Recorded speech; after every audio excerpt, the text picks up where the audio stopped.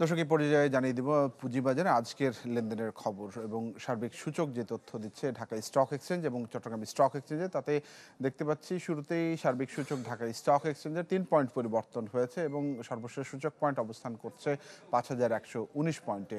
এবং হাতবদল হওয়া শেয়ার এবং মিউচুয়াল ফান্ডের যে তথ্য তাতে দেখতে পাচ্ছি লেনদেন হয়েছে 70 কোটি টাকা ঢাকা স্টক এক্সচেঞ্জে, যার মধ্যে অপরিবর্তিত ছিল 89টির দাম, কমেছে 104টির দাম এবং বেড়েছে 175টির হাত বদল হওয়া শেয়ারের দাম।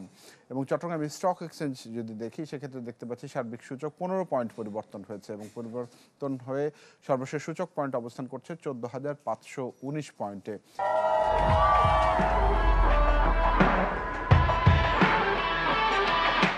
এবং হাত বদল হওয়া শেয়ার এবং মিউচুয়াল ফান্ডের যে তথ্য তাতে দেখতে পাচ্ছি লেনদেন হয়েছে 1 কোটি টাকা, অপরিবর্তিত ছিল, যার মধ্যে 5টির দাম, কমেছে 8টির দাম এবং বেড়েছে 19টির দাম। দর্শক, ছোট্ট করে আপনাদেরকে আরেকটি তথ্য জানিয়ে দিতে চাই।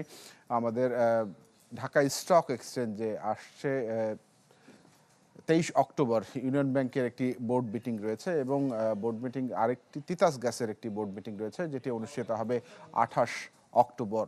অর্থাৎ 23 অক্টোবর এবং 28 অক্টোবর এই দুদিনে দুটি প্রতিষ্ঠানের আসলে মিটিং রয়েছে। এবং ঢাকা স্টক এক্সচেঞ্জে আমরা দেখতে পাচ্ছি যে তৃতীয় প্রান্তিকে তারা প্রকাশ করেছে ইউসিবির শেয়ার প্রতি মুনাফা কমেছে 67%। অন্যদিকে এনআরবি ব্যাংকের শেয়ার প্রতি সমন্বিত ক্ষতি হয়েছে 78 পয়সা করে।